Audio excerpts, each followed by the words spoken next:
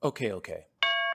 Why do I enjoy wrestling? I mean, surely it's for the spectacle. I enjoy basketball and I enjoy movies as well. But when I go to a movie or a basketball game, I go to watch a movie or a basketball game. When I go to a wrestling event, I go to take part in the wrestling event. These events utilize fictional characters that exist on the same timeline that you and I exist on. Therefore, the same current affairs that affect me affect the characters. The same pop culture moments that affect me affects these characters. That gives the performer the ability to kind of blur the lines between reality and fiction. Take CM Punk, for example. He has his infamous pipe bomb moment where he comes out in character in front of the fans to air out all his grievances about the company. Now, by itself, not that crazy, but what makes it wild is a little bit later, he ends up leaving the company, making that moment feel so much more real. So now he goes to wrestle for a rival promotion, where then he's caught on tape having a altercation behind the scene. Again, not that crazy, except for he again ends up splitting with this company, making that altercation feel all the more real. So 10 years after his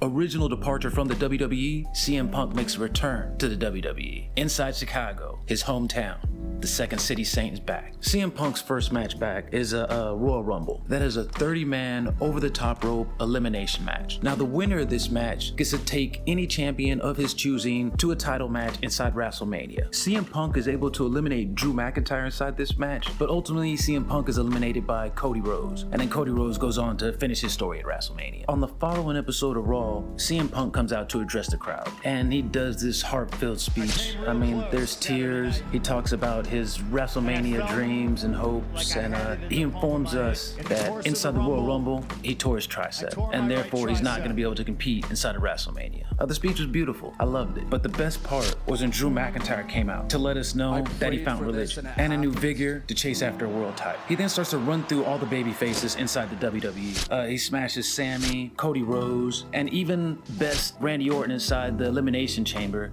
getting him another shot in WrestleMania for a world title. And the funniest part is when doing all this, he has this t-shirt that has a tombstone on it, and on the tombstone it reads CM Punk's WrestleMania dreams. Like, my man is savage though. So we haven't had any sighting of Punk in weeks, due to his rehab and all. But the WWE decides to go ahead and bless us with this moment, and we get a video of him doing his rehab, working the tricep out, kind of getting some reps in, getting some motion in, and he's all smiles. He looks like he's feeling good, and I will be back, guys, and I'm gonna give it the good old 1-2 when I come back.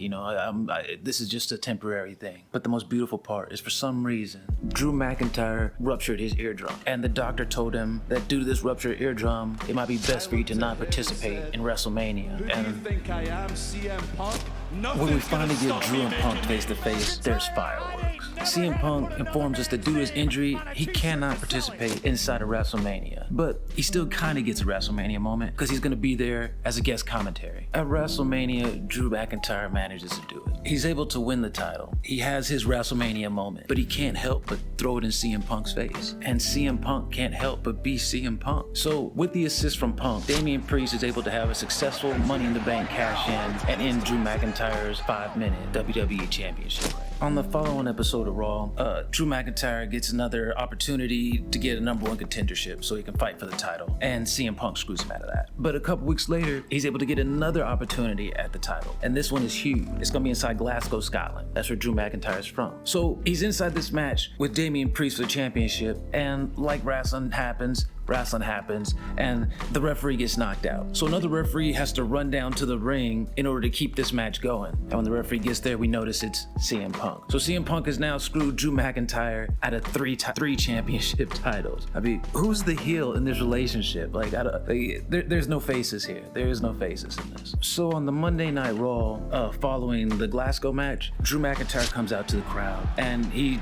just can't understand it. This man has screwed him over 3 times, yet the crowd praises him. He's the victim, and yet he's being treated like the bad guy in the situation. And Drew just can't take it anymore, and so he quits the WWE. Now, where it gets interesting is SmackDown that Friday is inside Chicago, CM Punk's hometown, and he never misses a show inside of his hometown. Drew McIntyre also knows this. So he makes a trip to Chicago, and he pretty much removes the CM Punk problem so he can have a productive work environment going forward. During the meeting between CM Punk and Drew McIntyre on SmackDown, Drew McIntyre takes CM Punk's bracelet. Now, not that he needed it, but I kinda like the MacGuffin. Drew McIntyre has already been screwed over 3 times, and he's already been using CM Punk's name to go ahead and boost this whole feud in the first place. So it's not that it's necessary, but I enjoy its placement inside the story. After 6 months of tension, these two men finally get their first match at SummerSlam. Me and Bridget attended it live,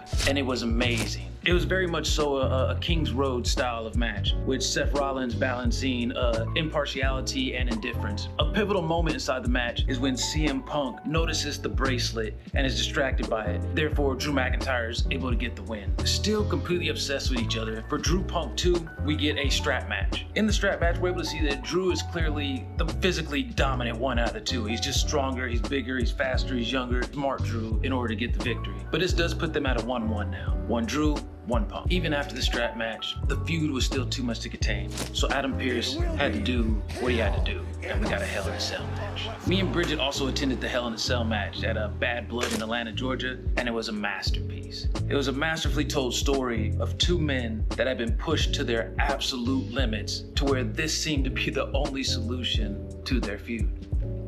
It was beautiful. And when somebody asks me, why do I like wrestling? I could say it's a beautiful ballet of blood and big moves and moments, but truly, I don't think it matters. You like what you like. What are we talking about again?